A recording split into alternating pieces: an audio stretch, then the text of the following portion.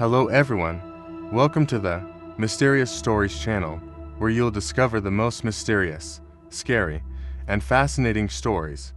Make sure to turn up the volume and get ready for a spine-chilling experience you won't forget. It was a humid evening when my grandfather first told me about his time in Vietnam. His old, withered hands trembled as he held his cup of coffee, his eyes distant, as if peering into the past. This wasn't one of the stories he told at family dinners. This one, he said, was different. Some things, he whispered, are better left forgotten. In 1968, my grandfather, Sergeant Jack Thompson, was deployed to a remote part of the Vietnamese jungle. His unit, Delta Squad, was tasked with one of the most grueling and dangerous operations of the war: search and destroy. Their mission was simple: move into hostile territory, flush out the enemy, and eliminate them. But, as he would soon learn, not everything they encountered could be fought with bullets. The day started like any other. The squad captain Harris, Corporal Johnson, Private Miller, and Sergeant Thompson was dropped off by helicopter at the edge of a dense, overgrown jungle near a village called Cây Phong. Their orders were clear: investigate rumors of a hidden Viet Cong base deep within the jungle, destroy it, and return for extraction. As the team moved deeper into the thick, humid jungle, the air grew heavier, and an eerie silence began to settle in. The usual sounds of birds and insects faded away. "It's too quiet," Harris muttered, his eyes scanning the trees. My grandfather felt it too, a sense that something wasn't right. They reached the first waypoint, an old abandoned village. The huts were in ruins, and the place felt wrong. Johnson joked about the village being haunted, but no one laughed. The squad couldn't shake the feeling that they were being watched, though there was no sign of movement, no tracks, just the oppressive quiet. As the night fell, the squad set up camp in a small clearing. The jungle seemed to come alive, with strange noises, branches snapping in the distance, whispers carried by the wind, and footsteps that stopped whenever they listened closely. Corporal Johnson, who had a reputation for being fearless, was visibly shaken. "It's just the jungle," Harris reassured them, though his voice lacked conviction. In the dead of night, the real terror began. Miller, the youngest of the squad, was on watch when he swore he saw something moving among the trees, a shadowy figure, barely visible in the moonlight. He called out, and the squad jumped to their feet, weapons ready, but there was nothing there. "You're seeing things, Miller," my grandfather said, though deep down, he wasn't so sure. They tried to get some sleep, but the night was restless. My grandfather described it as the worst kind of unease, like being surrounded by something they couldn't see, something waiting just beyond the edge of the firelight. As the hours passed, the tension grew unbearable. Harris decided to push forward at dawn, even though the squad was on edge. But by morning, Miller was gone. No sign of a struggle, no tracks, nothing. It was as if he had vanished into thin air. Panic set in. Johnson insisted they search the jungle, but Harris refused, insisting they stick to the mission. "We'll find him after we complete the objective," he said, though even he didn't seem to believe his own words. As they prepared to move out, my grandfather heard a faint whispering, coming from the direction Miller had last been seen. It was in Vietnamese, but barely discernible. The jungle had become an endless maze of shadows, and with every step, it felt like they were being pulled deeper into its grip. The squad pushed forward, but the jungle wasn't letting them go. The further they walked, the thicker the fog became, until visibility was down to mere feet. The whispers grew louder. Something was stalking them. In the distance, through the mist, they saw their destination: a small, decrepit temple hidden deep in the jungle. But as they approached, it wasn't the temple that sent chills down their spines, it was what they saw standing in front of it. Miller, or at least something that looked like him, standing motionless, his eyes vacant, staring back at them. The figure of Miller stood there, motionless, in front of the crumbling temple.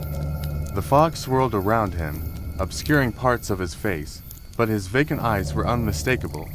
Sergeant Jack Thompson could feel his pulse quicken, dread coiling tighter in his chest.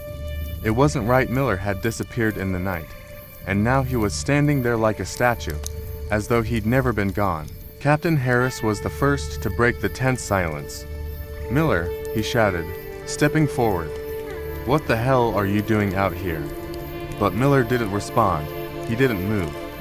His eyes remained fixed on them, hollow and lifeless. "I don't like this," Johnson muttered under his breath, gripping his rifle tighter. He was normally the squad's joker, but all traces of his humor had vanished since the night before.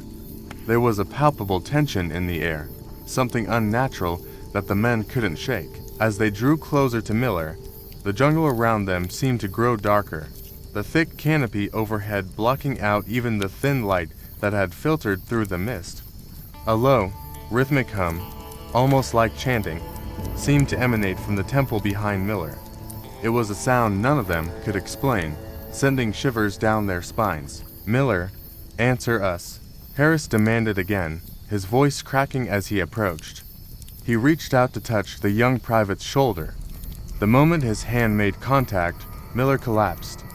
It was as if his body had been held together by invisible strings that had suddenly been cut. He crumpled to the ground in a heap, his limbs limp and unresponsive. Harris jumped back, startled, and the rest of the squad rushed forward to check on him. "He's cold," Johnson whispered, kneeling beside Miller's body, ice cold. Thompson knelt down, his fingers trembling as he checked for a pulse. "He has alive," he said, his voice wavering. "But barely. What the hell happened to him?" Harris looked at the others, his face pale. "We need to get him out of here. Forget the mission, this is more than we signed up for." But, as they began to lift Miller, the chanting from the temple grew louder. The fog thickened, and the jungle seemed to close in around them, as if it were alive and watching. "Wait," Johnson said, his voice shaky. "Look." Everyone froze. Out of the fog, more figures appeared. At first, they thought it was the Viet Cong, the enemy they had been hunting. But, as the figures moved closer, it became clear that these weren't soldiers. Their clothes were tattered, some wearing old military uniforms from wars long past. Their eyes glowed faintly in the mist, and their expressions were blank, haunting. Ghost. Thompson's mind raced. He had heard the local legends about the spirits of soldiers lost in the jungle, spirits that couldn't rest, trapped in the land where they had died. But he had never believed them, not until now. The figures moved slowly, surrounding them, their mouths moving in silent chants that seemed to blend with the eerie hum coming from the temple. They were being watched, stalked, by something far older and more sinister than the Viet Cong. "We have to move," Harris whispered, his voice shaking. "Now." With Miller slung between them, they began to retreat back into the jungle, moving as quickly as they could. But the fog was thick, and the path was unclear. Every few steps, Thompson felt eyes on him, ghostly figures slipping in and out of the mist like shadows. The chanting followed them, growing louder, the jungle itself seeming to pulse with it. The sound dug into their heads, filling them with the sense of impending doom. Thompson's heart raced. His grandfather's war stories had always been filled with danger, but nothing like this. Suddenly, Johnson let out a yell, stumbling back. "Something's here," he shouted, firing his rifle into the fog. The shots echoed in the dense jungle, but there was nothing to shoot at, only shadows. Johnson was frantic, his eyes wide with fear. "I saw it. It was right there." Before anyone could react, a low growl rumbled through the air. Thompson's blood ran cold. The sound didn't belong to any animal he had ever heard. It was deep, guttural, like something that shouldn't exist in this world. The growl came again, closer this time. The squad froze, rifles at the ready, as the fog shifted. Through the haze, a large shape began to form, a dark, hulking figure, eyes glowing faintly in the mist. "What is that?" Thompson whispered, his breath shallow. The figure moved with a slow, deliberate grace, its eyes locked on them. It wasn't human. Its skin was mottled and gray, its body twisted and deformed. As it moved closer, the chanting grew louder, the jungle itself seeming to hum with the eerie sound. "We have to get out of here," Harris yelled, panic creeping into his voice. Thompson's hands trembled on his rifle as the figure advanced. There was no way to fight it, no way to understand what they were up against. The jungle, the temple, the spirits, it was all connected, and whatever was hunting them wasn't going to let them leave without a fight. The weight of the jungle was crushing. Every step felt heavier, every breath harder. The oppressive heat, the mist swirling around them, and the constant, eerie chanting in the distance made the air thick with tension. Thompson could feel the sweat on his neck, but more than that, he felt the cold chill of fear sinking deep into his bones. They had managed to carry Miller for a mile or so, but now even the strongest of them, Captain Harris, was starting to show signs of strain. Miller's body was still cold, completely unresponsive except for the occasional twitch, but there was something wrong. Every time Thompson glanced down at his friend's face, he could swear he saw Miller's lips moving, like he was whispering or chanting. "We have to stop," Johnson gasped, stumbling to his knees. His rifle slipped from his shoulder as he wiped his face, his eyes wide and wild. "I can't do it anymore, man. I can't." Harris turned, his face pale. He glanced back towards the direction of the temple, still obscured by the jungle. The humming and chanting had quieted, but the sense of being watched had not. The ghostly figures they had seen earlier seemed to hover just outside of sight, always there, always waiting. "We stop. We die," Harris said through clenched teeth. But even he sounded unsure, his usual commanding voice trembled slightly. Suddenly, a rustling in the bushes made everyone freeze. Thompson's heart pounded in his ears as he raised his rifle, pointing it towards the sound. The jungle had been eerily silent for hours, no birds, no insects, no wind. The sudden noise was jarring. "What was that?" whispered Johnson, his eyes darting nervously from side to side. Harris held up a hand, signaling them to stay still. He slowly approached the bush, the others watching in tense silence. The moment stretched on forever. The jungle was watching, the spirits were watching. Then, without warning, something shot out from the underbrush, a small figure, hunched and dirty, dressed in ragged clothing. Harris yelled, raising his rifle, but then paused. It wasn't an enemy soldier, it was a child. The boy couldn't have been older than 10, with wide, terrified eyes and skin that was caked in dirt. He muttered something in Vietnamese, his words too fast and frantic to understand. "Jesus," Thompson muttered. "What the hell the kid doing out here?" Harris knelt down, trying to calm the boy, but the kid wasn't listening. His eyes were filled with sheer terror, and he kept pointing back toward the jungle, toward the temple. "What's he saying?" Johnson asked, taking a cautious step forward. "I don't know," Harris muttered, his voice tense. "But he's scared of something. Something back there." The boy tugged at Harris's arm, desperate, and the squad could feel the urgency in his movements. But as Harris tried to comfort him, Miller suddenly sat up. "Leave the boy," Miller whispered, his voice cold and monotone. His eyes, which had been dead and vacant, were now wide open, staring into the distance. "Miller?" Thompson asked, his voice shaking. "You're awake?" Miller turned his head slowly, his face emotionless. "The boy doesn't belong here." The temperature dropped instantly. Thompson felt it, like someone had opened a freezer right next to them. His breath fogged in front of him, and the chill of dread tightened his chest.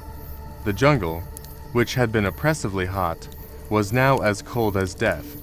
"Miller, what the hell are you talking about?" Harris said, stepping back from his comrade.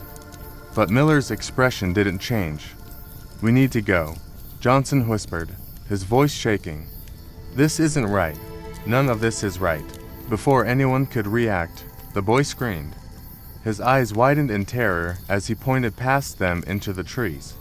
They all turned in unison, rifles raised. But there was nothing there, nothing but the fog and the shadows of the jungle. The air seemed to pulse with the sound of the chanting, louder now, more insistent, than they saw it. A figure, tall and impossibly thin, standing at the edge of the clearing. Its skin was a sickly, pale gray, its eyes black and hollow. It stood perfectly still, watching them, its head tilted slightly as though studying them. There was something deeply wrong about its presence. It was too still, too unnatural. Thompson's heart raced as he struggled to process what he was seeing. He'd been trained to face enemies in combat, to face death, but this was different. This was something he couldn't explain, something beyond the physical world. "Run," the boy screamed, tugging desperately at Harris's arm. "Run." Harris didn't need to be told twice. "Move," he shouted, grabbing Miller by the arm and pulling him up. The squad broke into a sprint, the boy leading them deeper into the jungle. But the figure didn't move. It simply watched them run, its head following their movements with eerie precision. Thompson didn't look back. He couldn't. His feet pounded against the dirt, the sound of his own breathing mixing with the rapid heartbeat in his ears. He could feel the eyes of the spirits watching them, chasing them through the jungle. As they ran, the chanting grew louder, as though the jungle itself was alive with it. The path ahead seemed to twist and bend unnaturally, the trees forming strange shapes in the fog. Then, just when Thompson thought they might outrun whatever was following them, the boy stopped. He froze in place, staring ahead. "What's wrong?" Harris asked, panting as he came to a halt. The boy pointed ahead, his face pale. In the distance, barely visible through the mist, was another figure.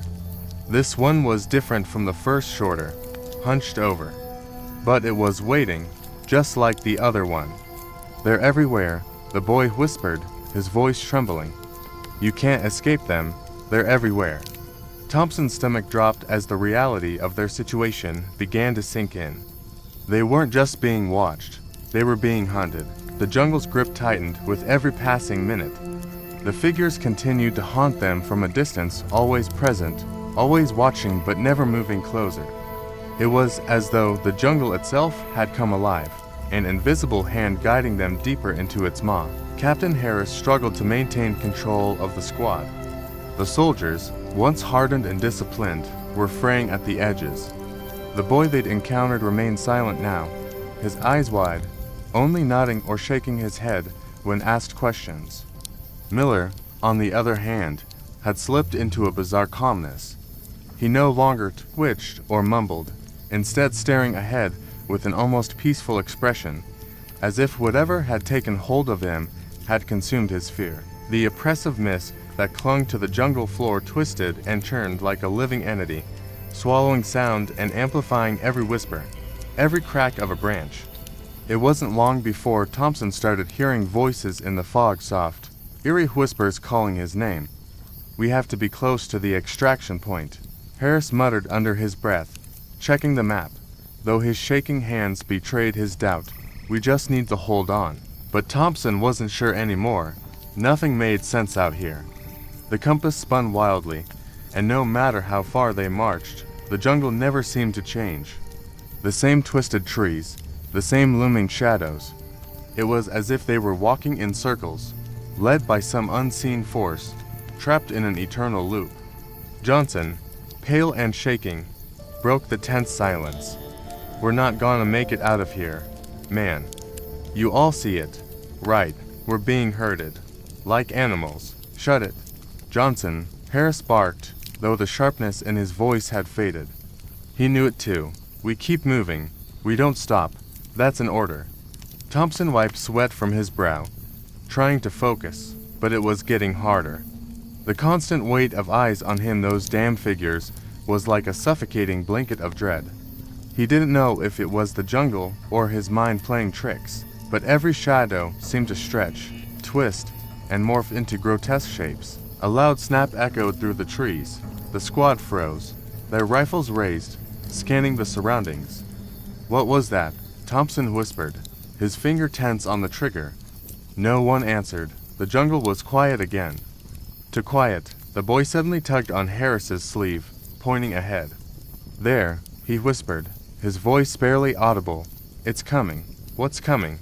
Harris asked, kneeling beside the boy, his face tight with fear. "What do you see?" Before the boy could answer, a deep, guttural growl reverberated through the trees. It wasn't human.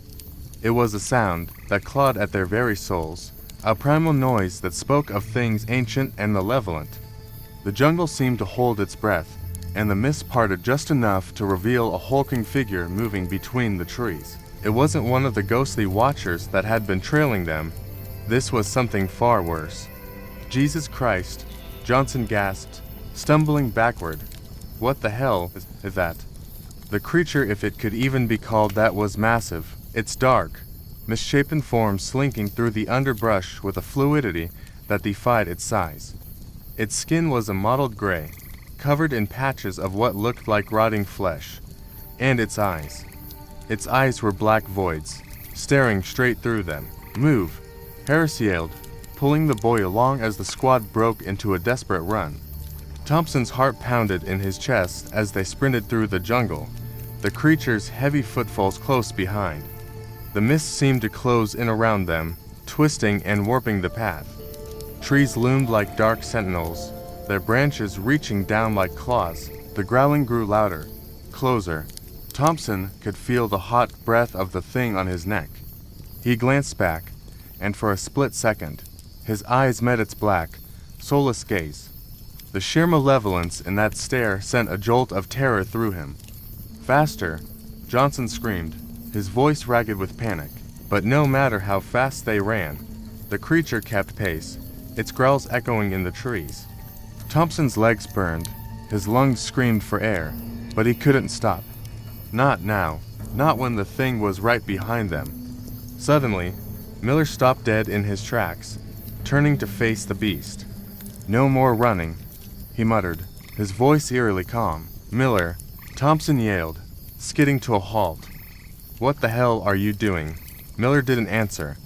Instead, he raised his rifle and pointed it at the creature. His hands were steady, his face devoid of fear.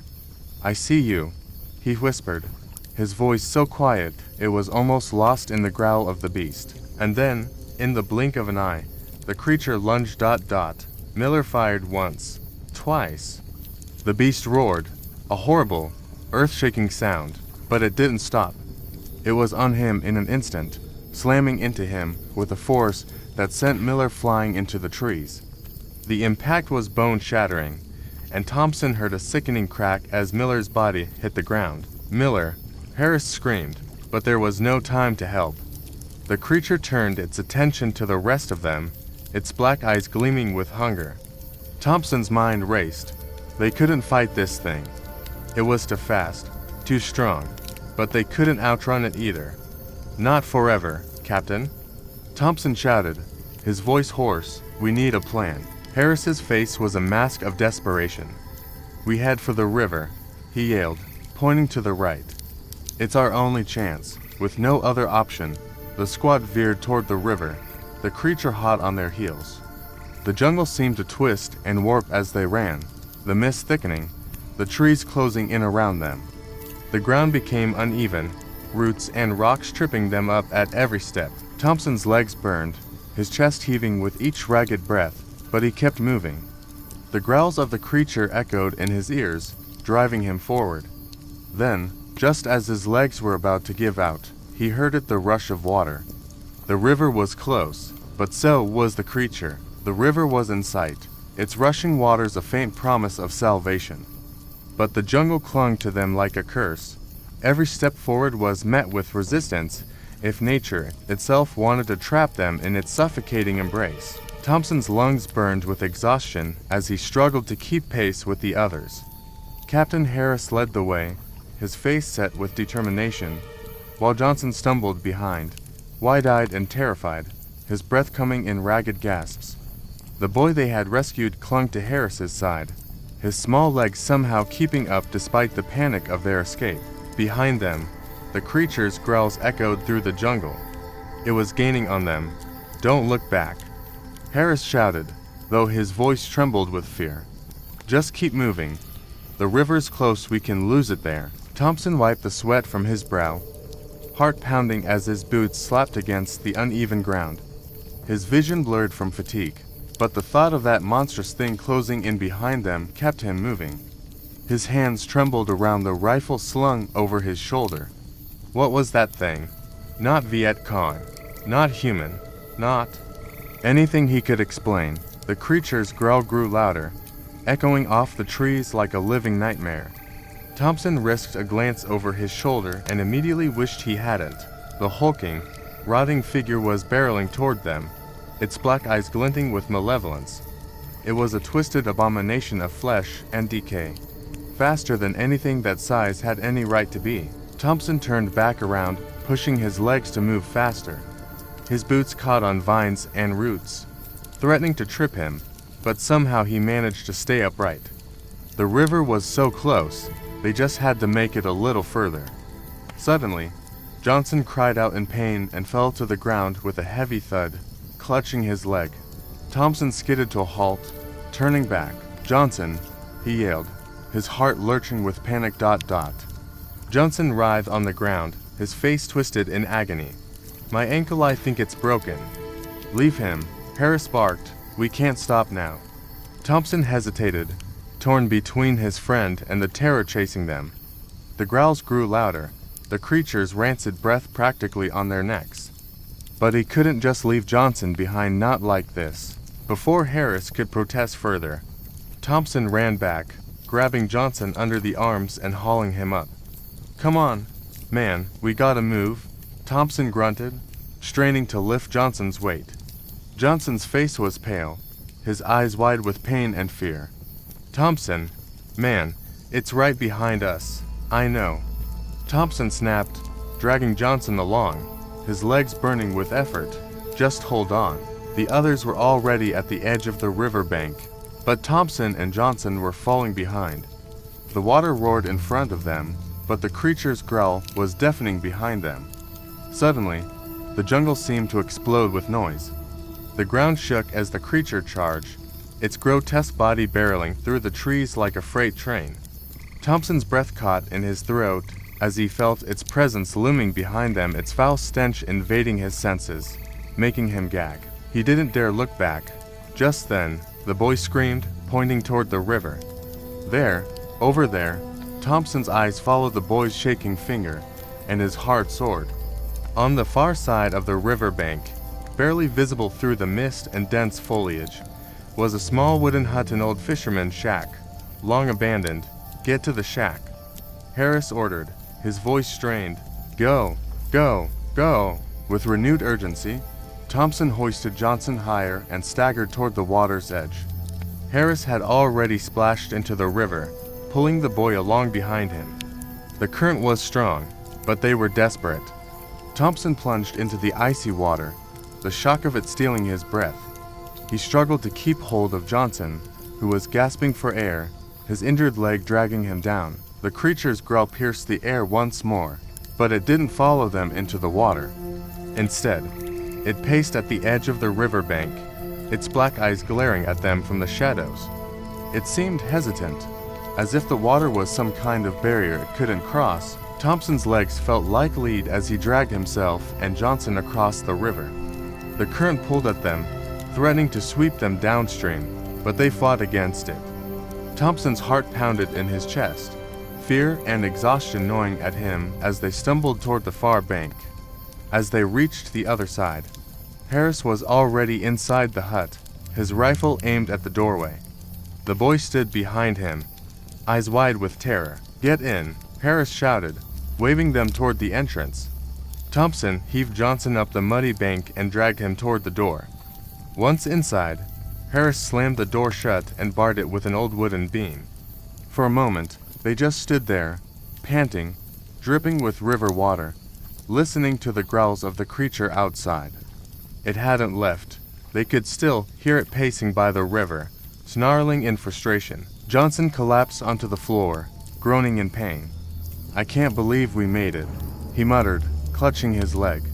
"Don't relax yet," Harris said grimly, peering out through a crack in the wall. "It's still out there." Thompson knelt beside Johnson, inspecting the injured leg. "You're lucky, it's just a sprain," he said, wrapping a torn piece of cloth around Johnson's ankle. but we can't stay here forever." The boy, still shaking, looked up at Harris. "What do we do now?" Harris didn't answer right away. His face was pale, his eyes distant as he stared out at the creature lurking by the river. "We hold out," he said finally, his voice low. "We wait until it moves on, and then we get the hell out of here." Thompson wasn't so sure. The thing outside seemed determined, and the jungle itself felt hostile, like it didn't want them to leave. He could feel it in his bones, the same unnatural energy that had been haunting them since the start of the mission. Hours passed, the sun began to set, and the jungle grew darker, more ominous. The creature's growls never faded, always there, always watching. As the shadows lengthened, Thompson couldn't shake the feeling that this wasn't over, not by a long shot. The moon hung high in the sky, casting an eerie silver glow over the jungle. Inside the dilapidated hut, the silence was oppressive, broken only by the shallow breathing of the men and the occasional distant growl of the creature still lurking across the river.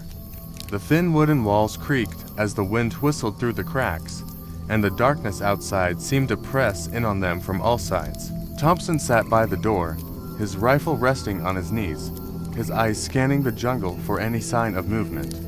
His heart pounded in his chest, fear gnawing at him as the reality of their situation sank in.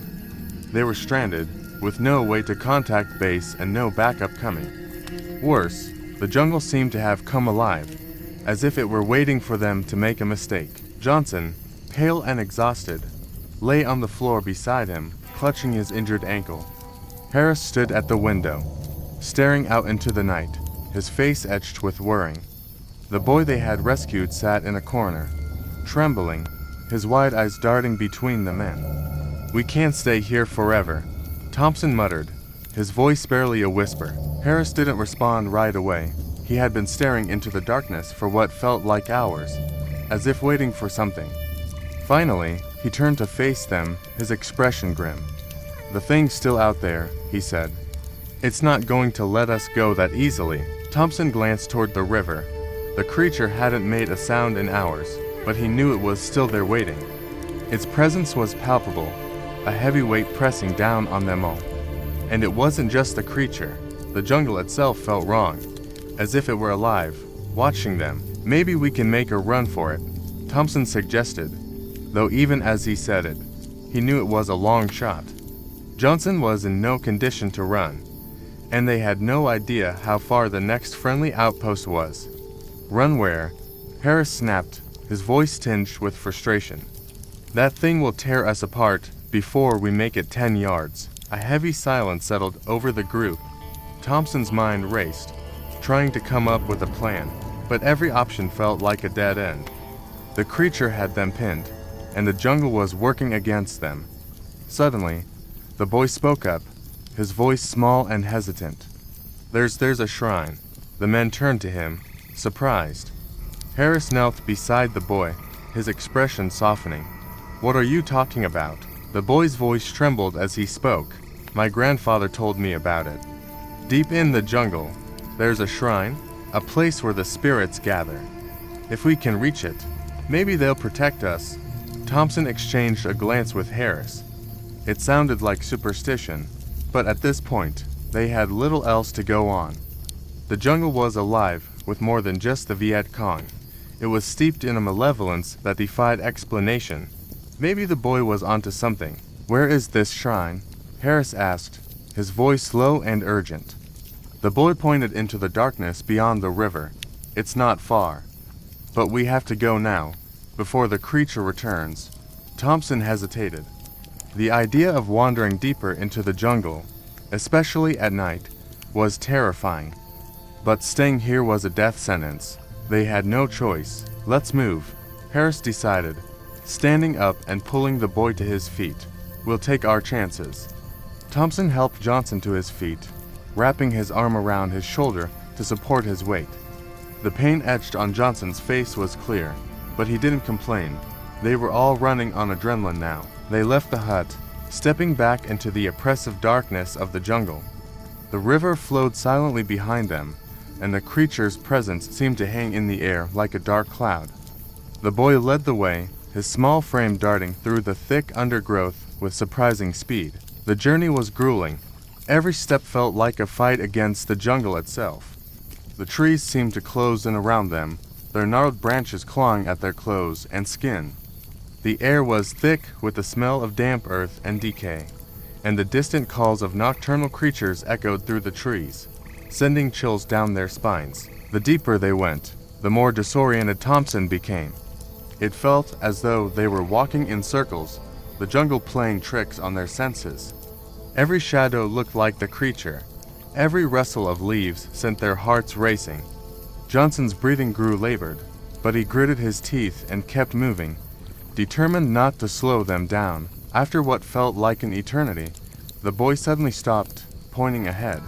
"There," he whispered. Through the trees, they could see it, a small clearing illuminated by the faint glow of the moon. In the center stood a crumbling stone shrine, overgrown with vines and moss. It looked ancient, forgotten by time, yet there was something undeniably powerful about it. The group approached the shrine cautiously, their eyes scanning the trees for any sign of the creature. The jungle was eerily quiet now, as if holding its breath. Thompson's heart pounded in his chest as they reached the base of the shrine.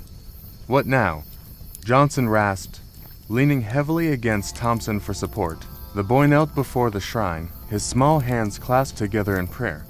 The men watched in silence as he muttered something under his breath, his words lost to the wind. For a moment, nothing happened. The jungle remained still, the oppressive silence pressing down on them. And then, the ground beneath their feet began to tremble. Thompson stumbled back, his eyes wide with fear as the earth shook.